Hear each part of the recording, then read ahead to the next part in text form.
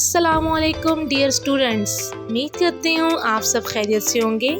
सबसे पहले आपको हमारे चैनल ड्रीम हैक्स में खुश आमदीद। जैसा कि आप सब जानते हैं कि आज हमारे कंप्यूटर कोर्स की क्लास नंबर 9 है। आज की क्लास में मैं आपको जो MS वर्ड है उसकी मज़ीद फ़ीचर्स के बारे में बताऊंगी। तो चलें अपने MS वर्ड की तरफ जाते हैं। सर्च बार में आप सबसे पहले वर्ड जैसे ही टाइप करेंगे तो आपके सामने MS वर्ड ओपन हो जाएगा। तो चलते हैं अपने फर्स्ट टॉपिक की तरफ, और हमारा फर्स्ट टॉपिक है how to insert picture in MS word. Picture हमें इंसर्ट करने की बहुत जगहों पर ज़रूरत होती है, वो मैं आपको बताती हूँ। चले मैं आपको सबसे पहले यहाँ पे कुछ टाइप करके दिखाती हूँ। यहाँ पे मैं लिख लेती हूँ फ्लावर नंबर 1, ताकि मैं कुछ लिखूँ और उसके अकॉर्डिंगली आपको पिक्चर इंसर्ट करके बताऊँ। हम कुछ टाइप करते हैं और उसके हवाले से हमें पिक्चर को इंसर्ट करना पड़ता है, बहुत सी डॉक्यूमेंट में ज़रूरत पड़ जाती है। तो मैंने आपके सामने इस डॉक्यूमेंट को बोल्ड कर लिया है। अब मैं आपके सामने होम टैब के साथ इंसर्ट टैब में गई हूँ और वहाँ पे आपके सामने पिक्चर के ऑप्शन पे गई हूँ। तो बहुत सारी पिक्चर मेरे पास मौजूद थी, मैं अपने डेस्कटॉप में मेरे पास मौजूद थी पिक्चर्स में, वहाँ से फ्लावर की पिक्चर को इंसर्ट करके दिखाती हूँ। तो मैं ये सेकंड वाला जो फ्लावर है इसको इंसर्ट मैंने कर लिया। जैसे ही मैंने इस पिक्चर को इंसर्ट किया, देखिए आपके सामने एक पिक्चर स्क्वायर की फॉर्म में क्रिएट हो चुकी है। ठीक हो गया। इस पिक्चर को के ऊपर जो फ्लावर था मैंने इसके भी हाईलाइट करके अंडरलाइन कर लिया है। अब इसको अगेन मैं कॉपी करके नीचे पेस्ट करती हूँ, ताकि मुझे इजीली मैं अपनी एक और पिक्चर को आपको इंसर्ट करके बताऊँ। और यहाँ पे 1 की जगह पे मैं 2 टाइप कर लेती हूँ। अगेन इंसर्ट में जाऊँगी और होम टैब के साथ जो है, और इसके साथ मैं आपको पिक्चर इंसर्ट करना फिर से बताऊँगी। तो फिर अगेन से डेस्कटॉप की जो प्रोफाइल खुली थी उसमें से मैंने अपनी सेकंड पिक्चर को इंसर्ट कर लिया है। यहाँ आप देख सकते हैं कि जो मेरी पहली पिक्चर है वो थोड़ी बड़ी है और जो दूसरी पिक्चर है वो थोड़ी सी छोटी है। तो इसको भी हम बड़ा या छोटा कर सकते हैं, और वो कैसे करेंगे इसके लिए मैं आपको बताती चलूँ कि आपके पास 2 तरीक़ेकार हैं। पहले तो ये है कि आपके जो कॉर्नर्स हैं ना, आप इनको पकड़ के ड्रैग करेंगे तो आपकी पिक्चर इजीली बड़ी हो जाएगी। ये आपके पास जैसे ही पिक्चर आप क्लिक करते हो तो साइड पे 4 कॉर्नर्स आपको दिखाई देते हैं। उन कॉर्नर में से जो आपका लास्ट कॉर्नर होता है, मिड से आपने पिक्चर को बिल्कुल भी बढ़ाना नहीं है। कॉर्नर से आपने इसको पकड़ना है। जैसे मिड से आप बढ़ाएंगे तो पिक्चर की रोटेशन जो है वो ख़राब होगी और पिक्चर आपकी ब्लर हो जाएगी। इसीलिए आपने क्या करना होगा, कॉर्नर से आपने पिक्चर को पकड़ना है और कॉर्नर से करके आपने इसको ड्रैग करना है। तो मैं आपको अभी करके दिखाने लगी हूँ। जैसे ही मैं कॉर्नर से पकड़ के पिक्चर को देखें ड्रैग कर रही हूँ, तो मेरा बिल्कुल इक्वल सीक्वेंस के साथ पिक्चर ड्रैग हो गई है। यूँ आपके सामने दोनों पिक्चर देखें इक्वल बराबर हो चुकी हैं। अब मैं आपको बताऊं, अगर इसको छोटा करना चाहें तो अगेन उसी कॉर्नर को क्लिक करेंगे और आप इसको वापस बैकवर्ड की तरफ करेंगे तो आपकी पिक्चर छोटी या बड़ी हो जाएगी। इसको भी इसी तरह अगेन फर्स्ट और सेकंड दोनों को आप करना चाहें तो इसी तरह रोटेशन के साथ आप इसको स्मॉल या लार्ज कर सकते हैं। इसी तरह मैंने पिक्चर नंबर 3 भी आपके सामने इंसर्ट कर दी है। अब मैं आपको सामने क्या चीज़ करने लगी हूँ, मैंने एक टेबल क्रिएट किया और मैं चाह रही हूँ इस टेबल के अंदर मेरी पिक्चर इंसर्ट हो जाए। तो उसके लिए क्या करूँगी, सबसे पहले मैं इन्हीं टेबल के कॉर्नर पे क्लिक करके माउस की मदद से मैं इसको थोड़ा सा ड्रैग करके बड़ा कर लेती हूँ, ताकि मेरी पिक्चर जो है वो ईज़िली इसके अंदर इंसर्ट हो जाए। तो इसके लिए देखिए मैं क्या करने लगी हूँ, सबसे पहले मैंने इसको सिलेक्ट किया है, सिलेक्ट करके मैंने इसको सेंट्रलाइज कर लिया। आप ये देख सकते हैं ये 3 आपके पास ऑप्शन दिखाई दे रहे हैं, first, second and third. First के ऊपर मैंने क्लिक किया है और यहाँ पे मैं आपके सामने लिख लेती हूँ एप्पल, क्योंकि मैं चाह रही हूँ कि मेरी पिक्चर एप्पल की यहाँ पे इंसर्ट हो, और उसको मिड में कर दिया है अलाइनमेंट की मदद से। इसी तरह मैंने मैंगो लिखा और बनाना लिखा, क्योंकि मैं यहाँ पे फ्रूट्स की जो है वो पिक्चर इंसर्ट करने लगी हूँ। अब यहाँ पर आप देखें कि मैंने यहाँ पे नेम तीनों मेंशन कर दिए हैं, एप्पल भी, मैंगो भी, बनाना भी, तीनों ऑप्शंस यहाँ पे लिख दिए हैं फ्रूट्स नेम। अब 1 बाय 1 मैं यहाँ पर पिक्चर को इंसर्ट करूँगी। तो मैं इंसर्ट में पिक्चर के टैब में जाऊँगी और मेरे पास एप्पल की पिक्चर है, इस पर क्लिक करके ओके करूँगी तो आपके सामने देखेंगे आप एप्पल की पिक्चर यहाँ पर प्रेजेंट हो चुकी है, जो कि बहुत ही शानदार दिखाई दे रही है। इसके साथ साथ मैं आपको अब आगे नेक्स्ट बताऊंगी। जैसे आपकी एप्पल की पिक्चर इंसर्ट हुई है, सेम वैसे ही मैंगो की पिक्चर भी इंसर्ट होगी। अगेन हम इंसर्ट के ऑप्शन पे जाएंगे, पिक्चर में जाएंगे और मैंगो की पिक्चर को भी मैं सेम इंसर्ट करके ओके प्रेस कर दूंगी। तो आपके सामने अगेन मैंगो की जो पिक्चर है वो भी इंसर्ट देखें हो गई है। अब इसके बाद आगे बनाना की पिक्चर आती है, तो सेम मैं उस पर क्लिक करूँगी। क्लिक करने के बाद ही अपने ऑप्शन पर जाऊंगी। जब भी जिस तरह मैंने आपको लास्ट टाइम भी बताया था, सिलेक्शन करने के बाद जाते हैं। तो मैंने इसको करने के बाद अगेन पिक्चर के टूल पर गई और वहाँ पर जाकर मैंने बनाना की जो पिक्चर थी उसको इंसर्ट कर लिया है। कि कितना शानदार दिखाई दे रहा है। ये था हमारा आज का टॉपिक, पिक्चर इंसर्ट करना। अब मैं चलती हूँ नेक्स्ट टॉपिक की तरफ, जो कि है how to insert different shape in MS word.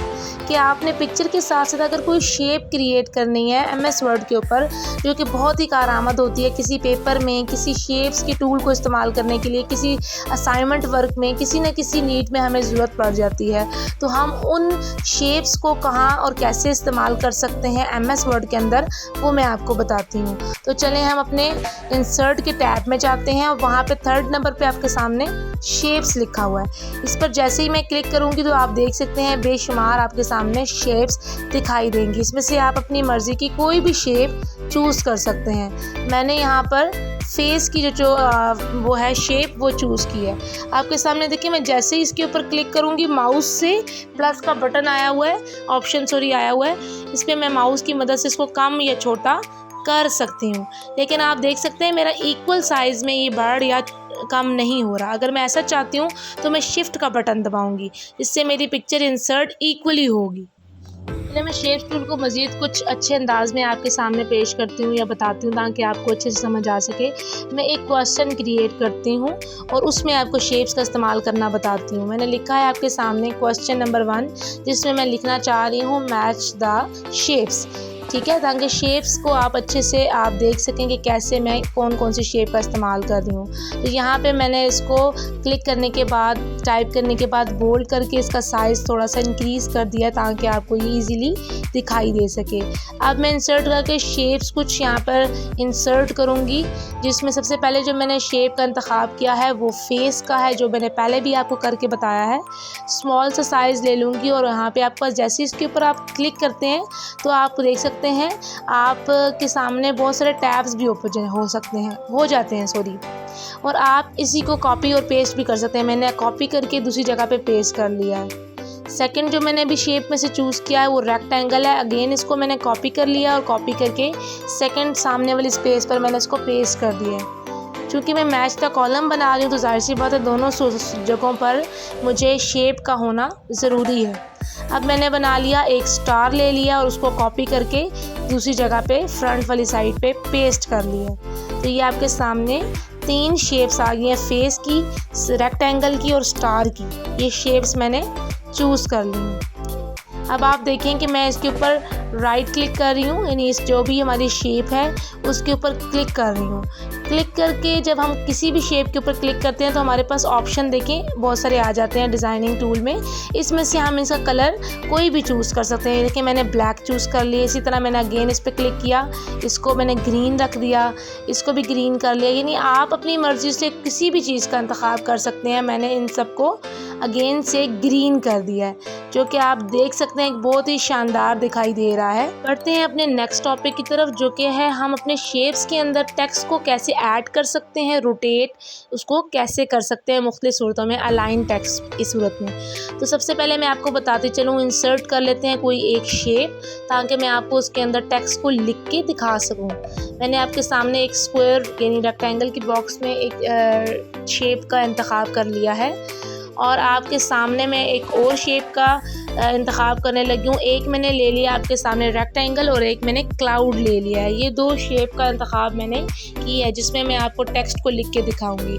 Designing tool में जाकर इनकी मैं कलर चेंज कर लेती हूँ। एक को मैंने येलो कर लिया है और एक को मैंने लाइट ब्लू कर लिया है। अब आती है इनको इनके अंदर टेक्स्ट लिखने की। पहले मैं इन दोनों को थोड़ा सा सेटिंग कर लूँ, इनको सेट कर रही हूँ आपके सामने। अब मैं इसके ऊपर क्लिक कर रही हूँ।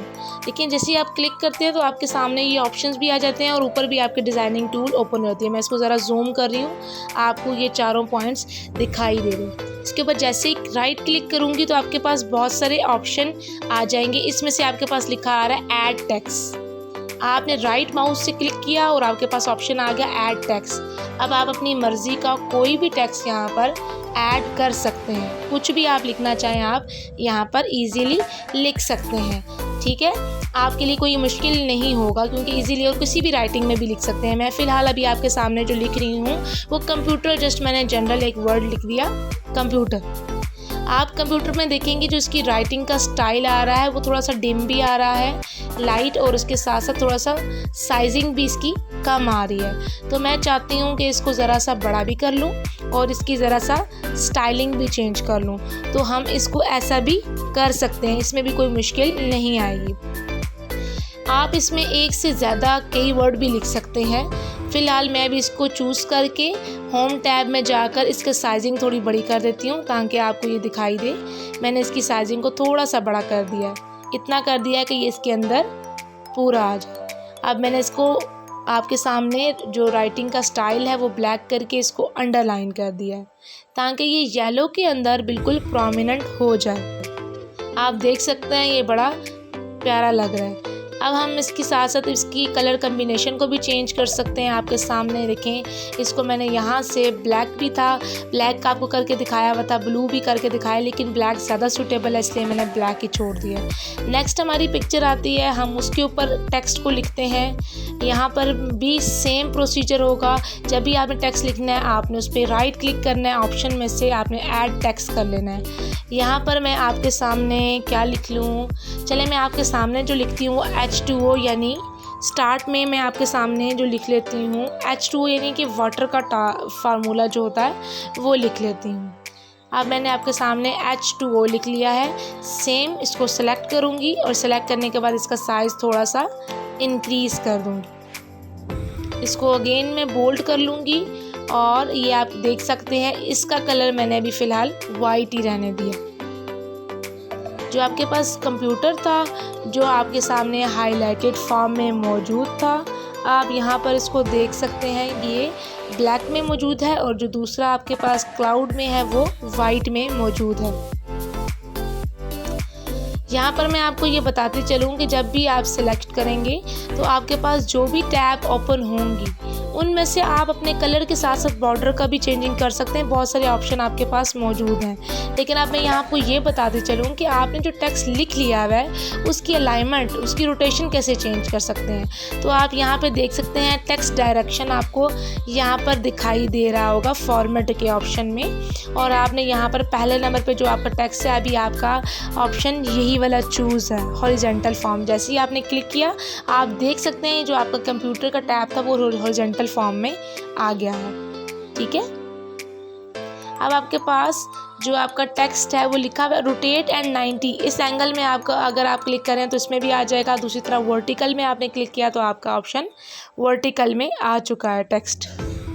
अब आते हैं नेक्स्ट की तरफ जो कि आपका लिखा हुआ है H2O। आपके सामने मैंने वाटर का फार्मूला लिखा है, लेकिन ये इसमें H2 जो होता है वो ज़रा स्मॉल लिखा होता है। चलिए मैं इसको स्मॉल कर लेती हूँ, सबस्क्रिप्ट में लिख देती हूँ, यानी अंडरलाइन के बाद जो आपकी ABC कट के बाद का जो सिंबल होता है मैंने वो चूज़ कर लिया। ये हमारा जो 2 है वो सबस्क्रिप्ट नीचे चला गया है। ठीक है, इसको सेलेक्ट करने के बाद मैंने आपके सामने ये सेलेक्ट किया है। सेलेक्ट करने के बाद आपके सामने डिज़ाइनिंग का टूल, उसमें से फॉर्मेट में जाकर मैंने टेक्स्ट अलाइनमेंट में से जाकर 90 डिग्री पर कर लिया क्लिक। तो आप देख सकते हैं इसकी रोटेशन चेंज होगी। इसी तरह वर्टिकल में भी मैंने इसको चेंज कर लिया। अब हम बढ़ते हैं अपने नेक्स्ट टॉपिक की तरफ जो कि है कि हम पेज की ओरिएंटेशन कैसे चेंज कर सकते हैं। पोर्ट्रेट और लैंडस्केप, ये दो आपके पास ऑप्शन होते हैं। इसके लिए क्या करेंगे, इंसर्ट में जाएंगे, इंसर्ट टैब में जाकर आपके पास जो साइज़ का ऑप्शन है वहाँ पर पहले देख लें कि आपके पेज का साइज़ क्या है। तो मेरे जो पेज का भी साइज़ है रिसेंटली वो A4 है। आप सोच रहे होंगे कि ऑप्शन कैसे आ गया, तो मैंने ये पहले से ही टाइप करके रखा है टाइम की बचत के लिए। तो मैं आपको बताती हूँ, उसके साथ आपके पास ओरिएंटेशन का ऑप्शन आ रहा है। इसमें से दो ऑप्शन आ रहे हैं, पहला पोर्ट्रेट है, दूसरा लैंडस्केप है। पोर्ट्रेट में क्या चीज़ होती है, आपके सामने पिक्चर जो भी होती है या जो पेज होता है लंबाई की सूरत में आता है, और लैंडस्केप में चौड़ाई की सूरत में। देखिए मैंने आपके सामने लैंडस्केप जैसे ही प्रेस किया है तो हमारा पेज की जो व्यू है वो चौड़ाई में आ गई। देखिए मैंने इसको स्मॉल करके आपको बता रही हूँ, आपको दिखाई दे रहा होगा कि पेज चौड़ाई की शक्ल में आ गया। अब मैं अगेन लैंडस्केप प्रेस करती हूँ तो आप देखेंगे मेरे पास पेज लंबाई की सूरत में आ चुका है। जी स्टूडेंट्स, ये थी हमारी आज की क्लास। उम्मीद करती हूँ आपको पसंद आई होगी।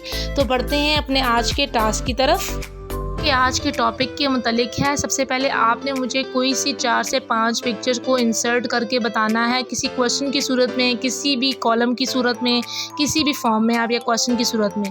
इसके अलावा मुझे आपने पिक्चर्स के अंदर जो इंसर्ट करेंगे उसके अंदर कुछ टेक्स्ट लिख के दिखाना है और उनको रोटेट करके बताना है। इसके अलावा आपने मुझे पेज की जो ओरिएंटेशन है वो चेंज करके बतानी है। तो ये आपका आज का टास्क हो गया। जी स्टूडेंट्स, आज तक के लिए सिर्फ इतना ही। अपना बहुत सारा ख्याल रखिएगा, दुआओं में याद रखिएगा और हमारे चैनल को लाइक, शेयर और सब्सक्राइब करना तो बिल्कुल भी मत भूलिएगा। फ़ी अमानिल्लाह, अल्लाह हाफ़िज़।